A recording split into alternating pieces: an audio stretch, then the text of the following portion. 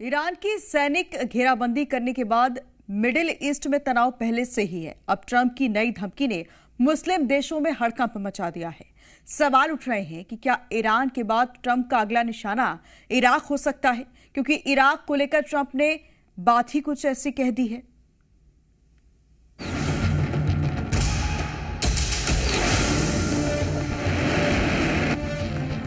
अब तक world media में अमेरिका के राष्ट्रपति डोनाल्ड ट्रंप अनप्रेडिक्टेबिलिटी सुर्खियों में थे, यानी एक ऐसा शख्स जिसके बारे में अंदाजा लगाना मुश्किल है।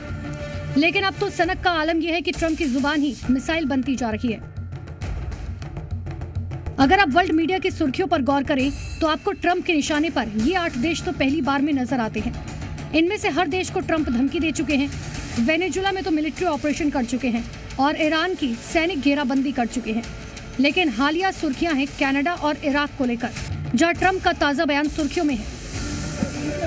ट्रंप की नई धमकी कनाडा को है, जिसे दावोस के इकोनॉमिक फोरम से ट्रंप एहसान फरामोश बता चुके हैं। अमेरिका के टुकड़ों पर पलने वाला देश बता चुके हैं, लेकिन अब उसी पालतू कनाडा पर जबरन F-35 फाइटर जेट खरीदने का दबाव डाल रखे हैं। कनाडा को अमेरिका की धमकी, F-35 खरीदो या हमला झेलो।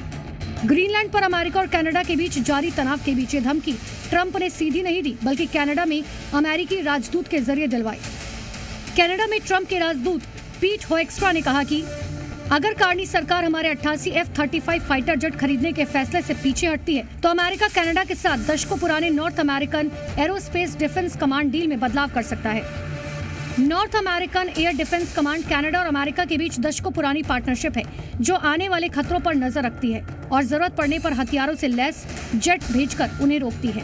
इसकी मौजूदा शर्तों के तहत अमेरिका और कनाडा एक दूसरे के एयर स्पेस में खतरों को ट्रैक करने या रोकने के लिए काम करते हैं।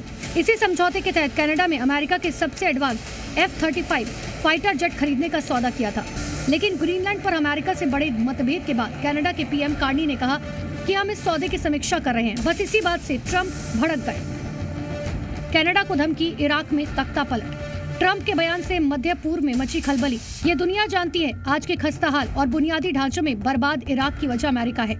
यहाँ बरसों तक अमेरिका के इशारे पर कठपुतली सरकार ही चली, लेकिन 23 साल बाद ट्रंप की नजर इराक में होने वाले स्वतंत्र चुनावों पर है।